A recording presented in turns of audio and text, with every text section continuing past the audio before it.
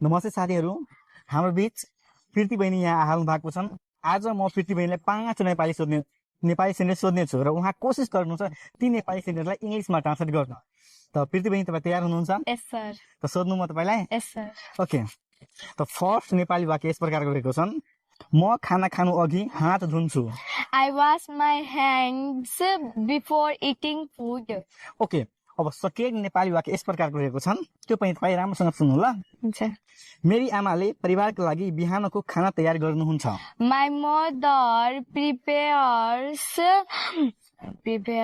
food for the family.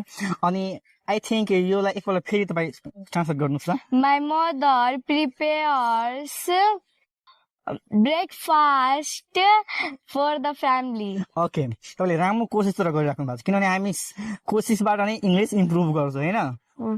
तर तपाईँ जोडले बोल्नु हुन्छ बहिनी। ओके, थर्ड नेपाली वाक्य यस प्रकारको रहेको छन्। हामी कक्षामा प्रश्नहरूको उत्तर दिन्छौँ। We answer. एक मिनट, अलि योलाई फेरि राम्रोसँग सुन्नुहोस्। हामी कक्षामा प्रश्नहरूको उत्तर दिन्छौँ। We answer questions in the classroom.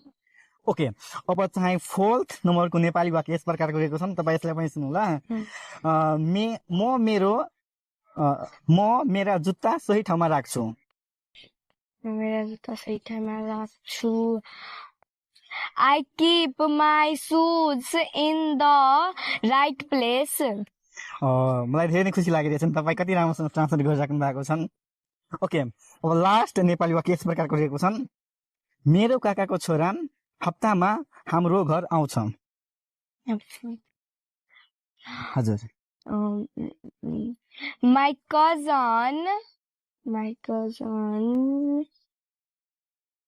म ट्राई गरिराख्नु भएको छ, त्यही नै सबभन्दा ठुलो कुरा हो।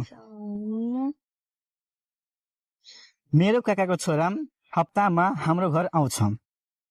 हप्तामा? हजुर, सप्ताहान्त त्यसलाई पनि भन्छन्, हप्ता सप्ताहान्त। My cousin. कोसिस गर्नुहोस् न। अब हेर्छु बहिनीले योलाई ट्रान्सलेट गर्न सक्नुहुन्छ। My cousin visit our house on weekend. उहाँले धेरै राम्रो कोसिस गर्नुभयो बहिनी, thank you. Thank you sir. यस्तै तपाईँ कोसिस गरिराख्नुहोस्। हामी एक दिन इङ्ग्लिस इम्प्रुभ गर्नेछौँ, आफ्नो इङ्ग्लिस इम्प्रुभ गर्नेछौँ र साथै जो हाम्रो भिडियो हेरिराख्नु भएको छ उहाँहरूको पनि इङ्ग्लिस इम्प्रुभ हुनेछ हाम्रो भिडियोको कारणले, होइन?